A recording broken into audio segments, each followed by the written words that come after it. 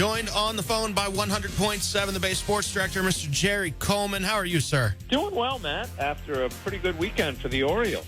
Yeah, you're not wrong. Let's start with that crazy, Friday night game, 22 runs, which I think is the first time that they've scored that many runs since the year 2000, if I'm not mistaken. Yes, one short of the team record. They had 21 hits. That was the season high. And then the 14 extra base hits set a franchise record. It was wild to see that going down. They end up winning that game 22-8 and then probably lose 11-3 the next night.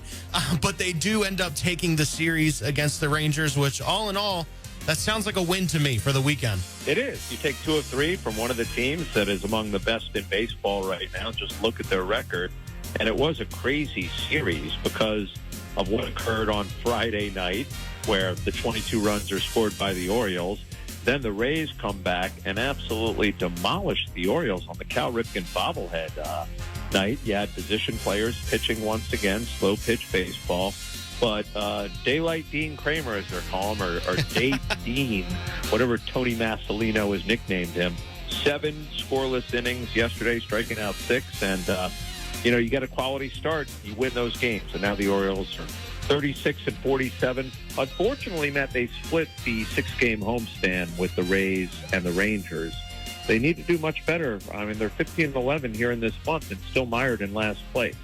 Yeah, 1,000%. And I think I might have accidentally called the Rays the Rangers a second ago, but they do take on the Rangers tonight in Texas, 8:05. This is a team that they struggled with and lost the 3-game series not too long ago, just a week ago or so. So how are we looking into this next series against the Rangers?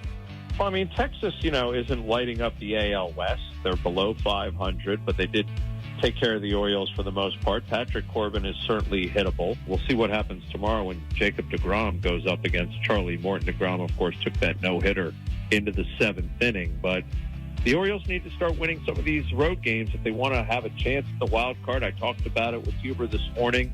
They're a ways off, and a lot of teams between them and the wild card. So some hard decisions need to be made here if they don't get on some sort of run. I couldn't agree more, and I think I've said this to you. I can't remember if I have or not, but the only thing that's still giving me hope for this team is knowing how the Astros performed during their rebuild and knowing that they had a year where it seemed like everything took a step back, and then the year after that was the year they won the World Series. So I guess I'm holding out hope a little bit still.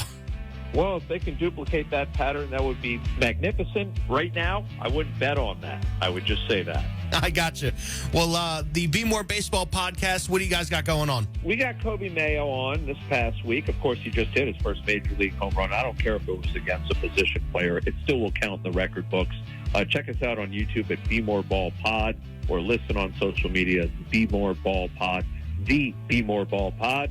And today we are recording Academy Award-winning director Barry Levinson for next week. So Oriole fans will definitely want to check that out, and he'll tell you why he's no longer a minority owner in the team. Fantastic. Well, thank you so much for hopping on. We'll talk again. We're off on Friday for the 4th, so maybe we can link up on Thursday. All right. Happy birthday, America, and we'll talk before then. Cool. Sports with Coleman on 100.7 The Bay.